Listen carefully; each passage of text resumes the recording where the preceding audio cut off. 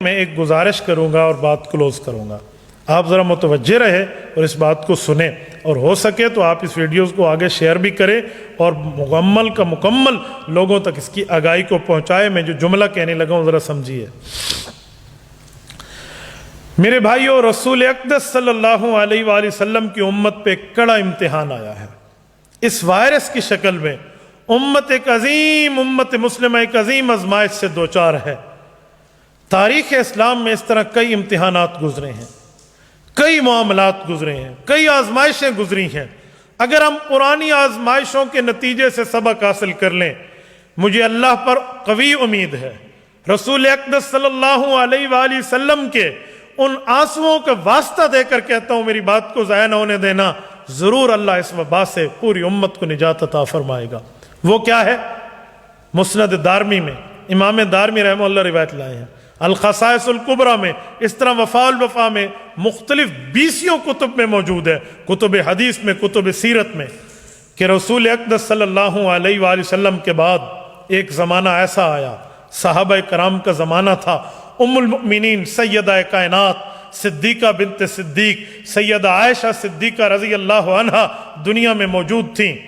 بارش کی قحط سالی، خشک سالی شروع ہو گئی، بارش برسنا بند ہو گیا، تو بارش کا نام و نشان نہیں تھا. امت اس بارش کی وجہ سے، نہ ہونے کی وجہ سے بہت پریشان تھی.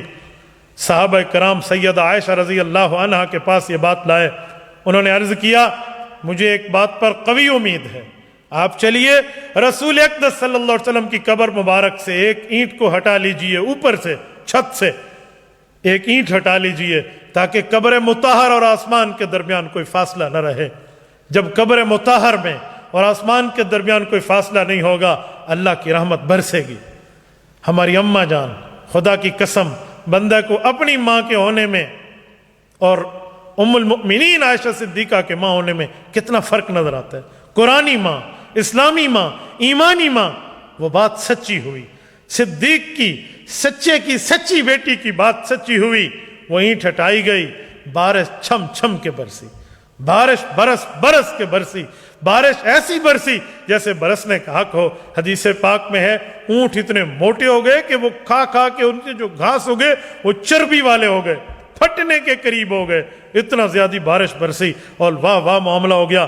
وبا ختم ہو گئی، قحط سالی ختم ہو گئی، خشک سالی ختم ہو گئی.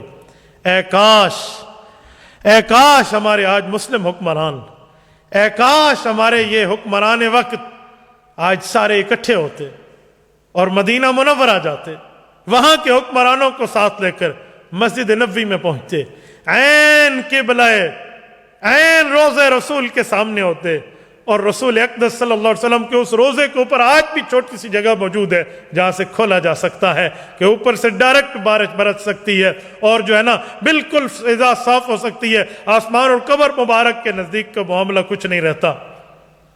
وہاں پہنچتے اور اس کو کھولتے اور رسول اللہ کی خدمت میں صلاۃ و سلام پیش کرتے، پڑھے ہوئے قرآن کریم، پڑھی ہوئی نفل عبادتوں کا ہدیہ اللہ کے رسول کو کرتے، اور اللہ سے معافی مانگتے، اللہ سے توبہ کرتے، رب العزت سے آوزاری کرتے، اور رسول اقدس صلی اللہ علیہ وسلم کی خدمت میں عرض کرتے، اے اللہ کے رسول، ہم گناہ گار ضرور ہیں، خطا کار ضرور ہیں، روسیہ کار ضرور ہیں، اے اللہ کے رسول، پر آپ کی امت میں سے ہے، ہم آپ کے نام لیوا ہیں، آپ کے اللہ پر ایمان رکھتے ہیں، آپ پر ایمان رکھتے ہیں.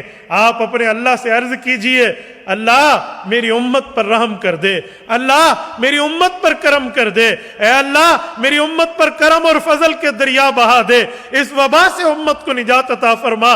یہ حکمران وقت جائیں اور ہاتھ باندھے رسول اللہ کی خدمت میں جائیں. خدا کی قسم، میں اللہ کے جلال کی قسم کھا کے کہتا ہوں، اللہ کی رحمت کی قسم کھا کے کہتا ہوں، آپ کو دربار رسالت سے، دربار خداوندی سے آپ کو مایوس نہیں کیا جائے گا. خدا کی قسم مایوس نہیں کیا جائے گا. اے کاش میری آواز ان تک جائے، اے کاش کوئی پہنچانے والا انہیں بتائے اور ان کی ذہنوں میں یہ بات آئے کہ اسی معاملے کو سامنے رکھتے ہوئے اس امتحان سے نجات دلواؤ، اسی معاملوں کو سامنے رکھتے ہوئے جیسے سیدہ رضی اللہ عنہا ام المؤمنین کے زمانے میں تھا، آپ وہ یاد دہرا دیں، آپ وہ ایک دفعہ تاریخ دہرا دیں.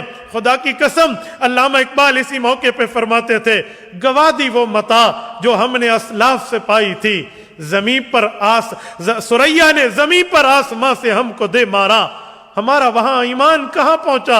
وہ ہمارے اعمال کہاں پہنچے؟ معافیاں مانگتے ہوئے، گڑ گڑاتے ہوئے، استغفار کرتے ہوئے. اور قوم یونس نے استغفار کیا تھا، رب نے بھیجا ہوا عذاب واپس کر لیا تھا. اور جاؤ اللہ کے رسول کے دربار میں جاؤ، معافیاں مانگو، ایمان کے ساتھ جاؤ، اسلام کے ساتھ جاؤ، کلمے کی دولت کے ساتھ جاؤ، دین کا واسطہ لے کر جاؤ اور رسول اللہ کی خدمت میں جاؤ. اور اللہ کے رسول نے ہاتھ اٹھا لیے، خدا کی قسم یہ ہاتھ خالی نہیں لوٹیں گے. یہ وہ مبارک ہاتھ ہیں جس ہاتھ کی انگلی اٹھتی ہے چاند تو ٹکڑے ہو جاتے ہیں. یہ ہاتھ اٹھتے ہیں، ابو ہریرہ رضی اللہ عنہ گھر میں بات میں پہنچتے ہیں، ماں کو کلمہ پہلے نصیب ہو چکا ہوتا ہے. رسول اقدس صلی اللہ علیہ وسلم نے جب رو کے ہاتھ اٹھا کر دعا کی تھی، اللہم ان تہلک ہذہ العصابہ لا تعبد فی الارض، میرے مولا یہ بدر کے 313 میری محنت کا ثمرہ، میری محنت کا نتیجہ ہے. اللہ اگر یہ فوت ہو گئے تجھے زمین میں کون رب کہے گا؟ اللہ کی رحمت کو جوش آیا، بخمسۃ آلاف من الملائکۃ مردفین، رب نے 5,000 فرشتے اتارنے کی بات کر دی. صدیق اکبر گئے، مسجد العریش میں گئے، وہی عریش جو ایک خیمہ تھا آج وہاں مسجد قائم ہے. صدیق اکبر نے عرض کیا، یا رسول اللہ آپ کے خالی ہاتھ واپس نہیں لوٹائے گا، اللہ آپ کے آنسوؤں کو ضائع نہیں کرے گا.